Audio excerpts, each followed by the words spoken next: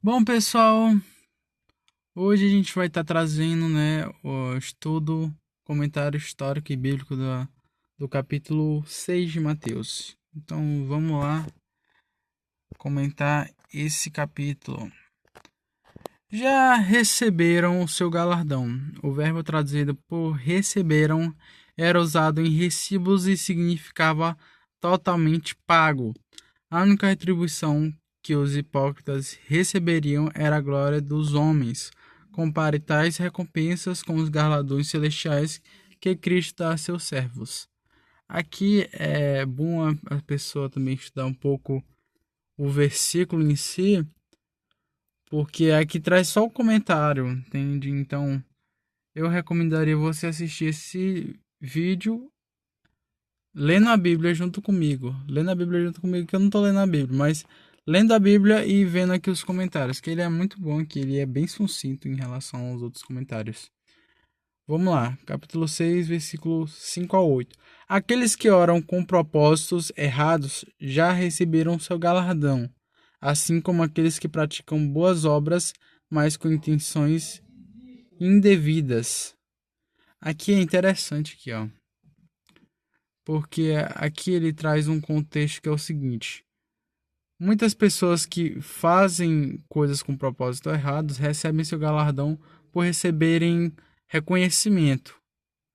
É só você entender uma coisa aqui. Quando fala de receberam seu galardão, que eu entendo que é receberam seu galardão, é receberam seu reconhecimento. Assim como as pessoas que fazem atitudes nobres em sigilo recebem galardão, recebem reconhecimento de Jesus por fazer propósitos certos, pessoas que fazem coisas certas, mas com propósitos errados de ser reconhecido, têm o seu galardão, assim, entre relações humanas, né, de pessoas reconhecerem o seu a sua boa prática, entendeu? Vamos lá. A partir dos propósitos de oração, Jesus voltou-se para os métodos de oração. O propósito da oração determina como alguém ora. Não há nada de errado em repetir uma oração. Jesus está falando aqui da repetição de palavras vazias. Aqui é interessante porque é o seguinte: muitas pessoas elas oram repetidas vezes com expressões vazias. Eu não estou falando de orar o mesmo esquema, mas de orar a mesma coisa sem ter emoção naquilo que fala. Como se fosse só repetição, só palavras jogadas ao vento.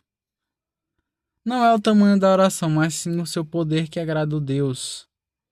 O próprio Jesus orou a noite inteira antes da crucificação. Em outras ocasiões, fez breves orações, na maioria das vezes. Ele não está criticando longas orações aqui, embora não haja nada de especialmente espiritual nelas. Ele está simplesmente dizendo que a oração deve expressar um desejo sincero do coração, não apenas um monte de palavras. Deus não se impressiona com palavras, mas com o verdadeiro clamor de um coração necessitado.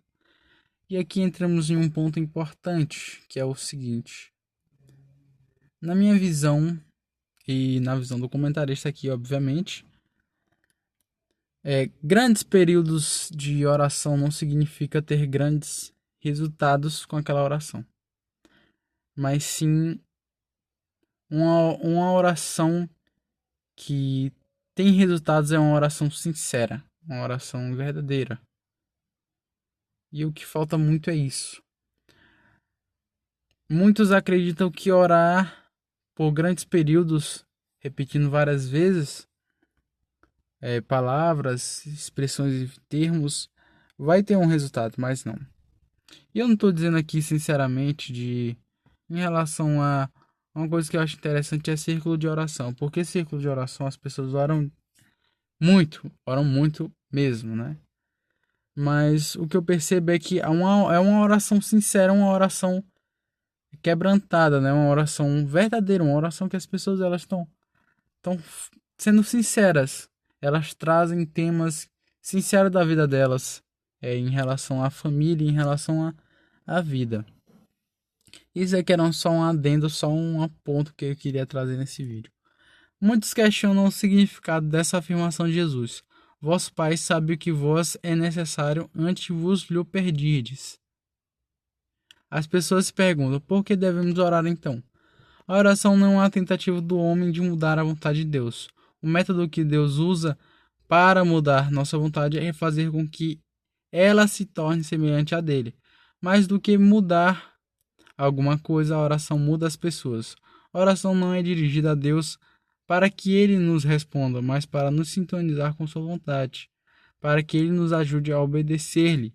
A oração na vida de um verdadeiro cristão é uma atitude de total confiança e conformidade aos planos e propósitos de Deus.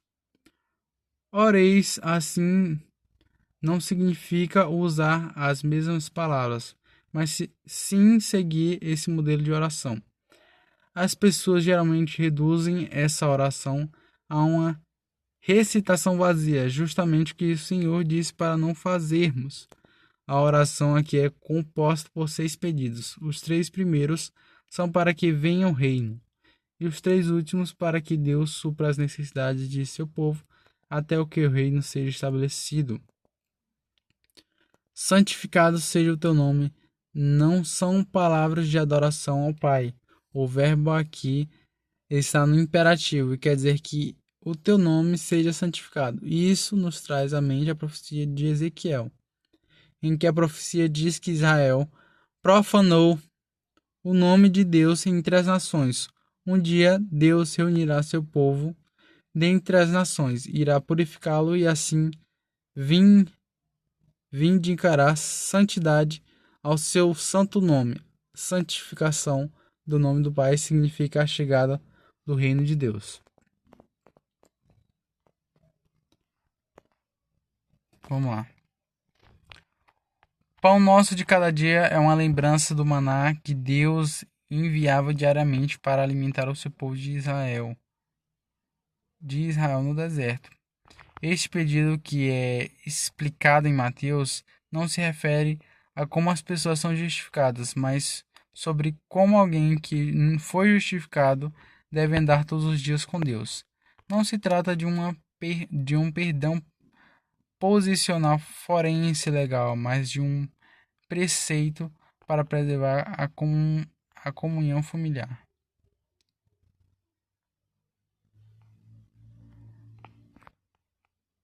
Bom, e é isso, pessoal. Eu vou ficando por aqui porque o vídeo vai ficar muito longo. Eu não quero que ele fique muito longo.